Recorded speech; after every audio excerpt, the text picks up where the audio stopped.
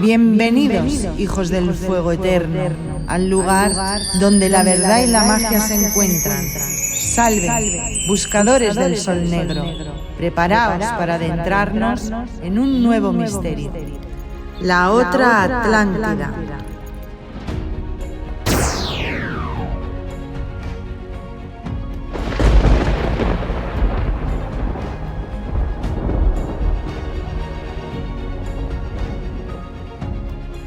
Tras el 12º Yule Feast, se nos dijo, aparecieron las madres de las 3 razas raíces más importantes de la Tierra, Lida, Finda y Freya. Pero antes de examinar estas razas raíces y sus madres simbólicas, analicemos primero el término Yule Feast. Indudablemente se trata de la Navidad escandinava, la fiesta pagana en la que se encienden los fuegos, en el día más corto del año, para estimular el retorno o renacimiento del sol insuflador de vida. Sobre esta fiesta los primeros padres de la Iglesia injertaron posteriormente la celebración cristiana de la Navidad. Seguramente debió tardar más de 12 Yule Feast o años en las que las diversas razas de la humanidad evolucionaran, especialmente si lo consideramos a la luz de las modernas teorías evolutivas. Y así fue, sin duda. Los antiguos dividían el tiempo en ciclos largos y cortos, como ruedas dentro de ruedas. Estaba el gran ciclo órfico de 120.000 años, durante el que se decía que se produjeron los cambios etnológicos en las razas. También estaba el ciclo Casandra, de 136.000 años, durante el que se produjeron cambios en las influencias solar planetarias y en su correlación con la evolución mental del hombre. En el Testamento hebreo se dice en 3 ocasiones que cuando un profeta habla del pasado o predice el futuro, un día debería tomarse como un año. Como los antiguos dirigentes de Israel, Freya era una gran profeta que habló del pasado y predijo el futuro. No habló de días, sino de Yule Feast, cada uno de los cuales representa un año solar. En el antiguo sentido místico, un año solar es el tiempo que tarda el Sol en completar un ciclo a través de las 12 constelaciones del zodiaco. 12 de esos ciclos suman 310.416 años, periodo que, en mi opinión, es el tiempo indicado por la leyenda frisona de la creación para las 3 razas raíces aparecieran sobre la tierra. En primer lugar, la raza negra, luego la amarilla y finalmente la blanca.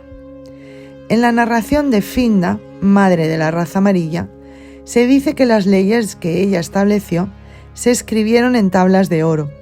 El autor de los poemas épicos escandinavos, los Edda, nos habla del hallazgo de dichas tablas doradas. De nuevo, las maravillosas tablas doradas se han encontrado en la hierba, en la mañana del tiempo, el más alto de los dioses y la raza de Odín las poseían. Se cree que los Eddas fueron compuestos hacia el siglo VIII. ¿Puede ser esta referencia una especie de memoria de raza del descubrimiento que hizo Finda de las tablas de la ley? Cuando Freya citó a sus hijos en la santa isla de Flayland, el texto no es específico, pero podemos conjeturar que se trataba de algún lugar al oeste de Atlandia. Para darles sus leyes, les dijo, antes de desaparecer, la prosperidad espera al libre. Al menos ellos me verán de nuevo. Por él solo puedo reconocer como libre a quien no es esclavo ni tiene esclavizado a otro. Como los profetas del dios cuya historia y antiguas escrituras se relata, Freya prometió que los libres de mente, cuerpo y espíritu le verían de nuevo. Así, Eluera Linda, cuyas tradiciones son anteriores a la Biblia, a los Vedas hindús y a los escritos budistas en varios miles de años, es la primera referencia conocida a la sucesión de los grandes profetas de Dios, cada uno manifestación del mismo espíritu, cada uno fundando una nueva religión conveniente para el pueblo de aquella época y estableciendo una cultura nueva y progresista. Jesús indicó que el Espíritu se manifestaba en una sucesión de profetas, cuando dijo que el Espíritu que en él había ya había existido antes de que la tierra fuera hecha, y posteriormente Abraham estaba contento de ver su día en el Melquisedec. Poco antes de su muerte y antes de que su pueblo entrara en la tierra prometida, Moisés dijo: «El Señor tu Dios suscitará a ti un profeta entre los tuyos, de entre tus hermanos, un profeta como yo, a él escucharéis». Deuteronomio. Luego les recordó que las leyes que les había dado, si eran seguidas fielmente, asegurarían su prosperidad y la paz entre las naciones. Cuando Freya les dio sus leyes, se fundó su isla santa. Sus hijos habían alcanzado la 7ª generación. Evidentemente su vida había sido larga como la de los 2 fundadores de muchas otras razas. Las listas de reyes legendarios de China, Persia, el Sumer prediluviano y los hombres dioses de Egipto y los antepasados de Abraham están llenas de hombres de los que se dice que vivieron entre los 500 y los 1000 años. ¿Eran exagerados todos los cronistas de la historia primitiva de las razas antiguas? No parece muy razonable hacer esa suposición.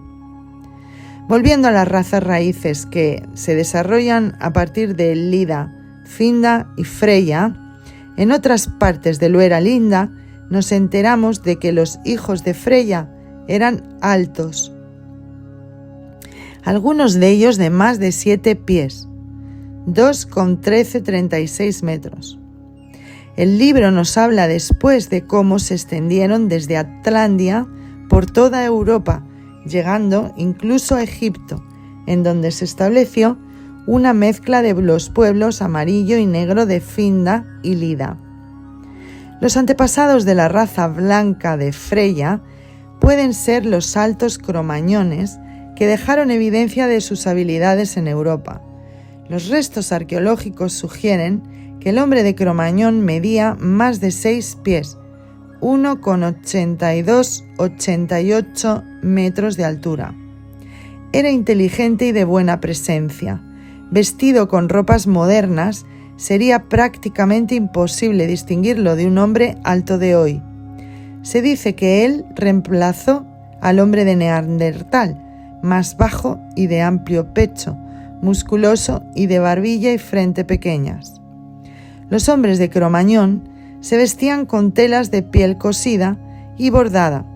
Los trajes de volantes de algunas de sus mujeres, cuyos dibujos adornan las cuevas de España, son sorprendentemente similares a los que se ponían las damas de Minoan de la antigua Creta, a donde, como sabemos más tarde, viajó el pueblo de Freya. El arte que dejó el hombre de Cromañón en las cuevas, hermosamente pintado con vívidos colores y una perspectiva realista, sorprendió a sus modernos descubridores y obligó a los antropólogos a revisar sus opiniones sobre los llamados antepasados en forma de mono. Colmillos de mamut delicadamente esculpidos en los que se veían las fases de la luna les servían de calendario a los hombres de Cromañón. Contrariamente a lo que se cree, los antiguos calendarios no se utilizaban solo para permitir a los hombres seguir las estaciones y los acontecimientos importantes. Solo durante los últimos 1000 años de la historia humana ha sido tan limitada la finalidad del calendario. Los motivos religiosos y sociales de la antigua humanidad no podrían apreciarse apropiadamente sin una comprensión de los fines esotéricos de sus calendarios. La Tierra Madre simbólica y la deidad solar eran representativas también de los cursos de agua subterráneos y de la energía vital que emana de las líneas telúricas terrestres. Dichas radiaciones varían de fuerza y efecto con las fases de la luna, el día y la noche, las estaciones y las posiciones del sol. tienen influencia sobre el crecimiento de la vegetación y los hábitos de hombres y animales, según las creencias tanto de los antiguos como de muchos investigadores científicos modernos. Por dichos motivos, todas las religiones antiguas estaban estrechamente vinculadas por las fuerzas de la Tierra, el Sol y la Luna, tema que examinaré con mayor detenimiento en un próximo volumen. Así es como el hombre de Cro-Magnon rindió homenaje a la Madre de la Vida, posiblemente con una deificación de Freya. Hace más de 20.000 años, el hombre de Cro-Magnon tomó un pedazo de barro y esculpió una figura de la Tierra Madre, sosteniendo el cuerno de la abundancia. Se encuentra ahora en el Museo de Burdeos, en donde se conoce como la Venus de Lausel. También existe una escultura similar de Cro-Magnon, igualmente antigua, en el Museo del Hombre en París, conocida como la Venus de l'Espace.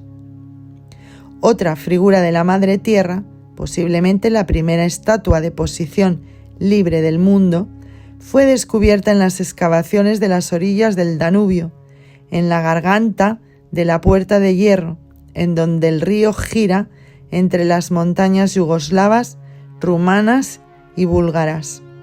Allí se desenterró una pequeña aldea de unas 20 casas en una repisa desde la que se domina el río. El arqueólogo Dragoslav Srejovic comentó: «Tenemos aquí lo que parece una aldea planeada, miles de años antes de que los mesopotamios y los egipcios la inventaran». ¿Podían estas gentes, cuya dieta se componía de bayas, tubérculos y pescado, ser descendientes también de los hijos de Freya? Quizá porque el pescado era abundante, dieron a su tierra madre una cierta apariencia de pez. Los huesos encontrados en la excavación demostraron que estaban bien nutridos, tenían buena salud y vivían muchos años. Cada una de las casas tenían un suelo de cemento, paredes de tablas de madera, una chimenea, una capilla o hueco donde estaba una de las muchas estatuillas de la Tierra Madre. La comunidad continuó durante unos 2500 años. No había en la plataforma sitio para más casas, así que, posiblemente, los jóvenes tuvieron que edificar sus propias casas en algún otro lugar. De hecho, en los bancos de los ríos de la misma área se encontraron restos de grandes pueblos de casas de 2 pisos. Uno fue descubierto después de que hallaran un mapa, una especie de guía de calles garabateado sobre una roca. Estaba trazado con tanta precisión que los arqueólogos lo utilizaron para guiarse en sus excavaciones. Como en el caso de la aldea que dominaba el Danubio, las casas estaban cuidadosamente dispuestas en derredor de una plaza mercado central. Había allí tiendas, almacenes y lugares para la veneración. La gente tenía animales domésticos, cultivaba la tierra y construía botes de pesca. Rendían culto a la Tierra Madre y veneraban a la deidad solar.